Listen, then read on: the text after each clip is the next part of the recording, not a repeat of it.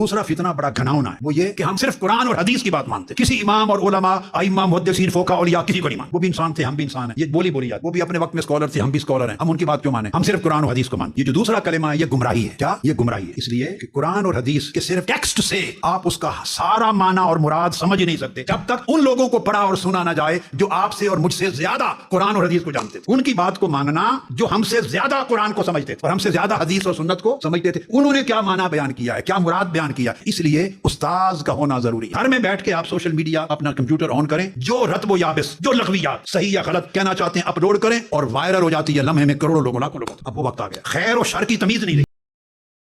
1400 سال میں صرف دین اسی کو سمجھا، نعوذ باللہ۔ میں نے تو یہ کبھی نہیں کہا، میں ہمیشہ یہ کہتا ہوں کہ 1400 سال میں دین پوری امت نے سمجھا، لیکن اپنی اپنی مرضی کا سمجھا۔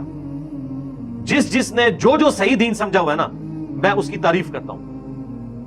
جس کے لیے میں نے کہا تھا کہ دنیا میں کوئی فرقہ ایسا نہیں ہے جو میری کسی بات کی تصدیق نہ کرتا ہو۔ ہماری ہر بات کے ساتھ دنیا کا ہر فرقہ ایگری ہے، مخالف بھی ہے لیکن ایگری بھی ہے۔ کوئی ایک نظریہ ایسا نہیں ہے جو دنیا میں کوئی بندہ کہ یہ اس سے پہلے نہیں تھا۔ اگر میں ناسبیت کا رد کرتا ہوں تو شیعہ کر رہے ہیں، وہ کہتے ہیں انجینئر صاحب بالکل ٹھیک کر رہے ہیں۔ اگر میں رفع الیدین کے اوپر بولتا ہوں، حنفی جو بندی اور بریلویوں کو تکلیف ہوتی ہے تو اہل حدیث کہتے ہیں بالکل جی رفع الیدین پہ تو صحیح بات کر رہے ہیں۔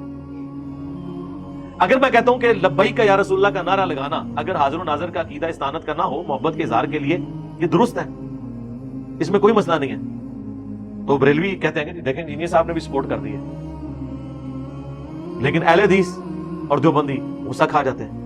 مجھے بتائیں کہ میں نے یہ ایک عقیدہ ایسا لانچ کیا ہے جس میں سارے میرے خلاف ہو گئے ہوں، قائم قیامت تک یہ عقیدہ کرنا ہے، اور میری ذمہ داری ہوگی میں بتاؤں گا کہ نہیں میرے اس عقیدے میں یہ فرقہ میرے ساتھ کھڑا ہوا ہے۔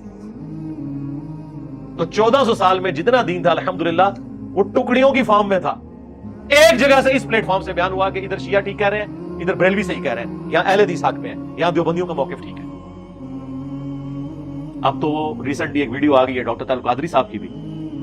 ڈاکٹر تعلق قادری صاحب حفظہ اللہ تعالی بڑی جرت کی ہے، انہوں نے اپنی ویڈیو میں یہ بات کر دی ہے کہ سب کانٹیننٹ میں جتنے فرقے ہیں بریلوی دیوبندی اہل حدیث شیعہ، انہوں نے سب کو ایک تو مسلمان ڈکلیئر کر دیا ہے۔ سلوٹ ہے جی ان کو، پہلی دفعہ کسی بریلوی نے جرت کی ہے یہ بات کرنے کی۔ اور انہوں نے کہا کہ نبی الاسلام کی مبارک زندگی میں مختلف پہلو تھے اور وہ سارے پہلو ڈومیننٹ تھے، لیکن ہر فرقے نے اپنی مرضی کا ایک پہلو پکڑ لیا۔ یہ وہی بات انہوں نے دوسرے انداز میں کی ہے جو میں کر رہا ہوں،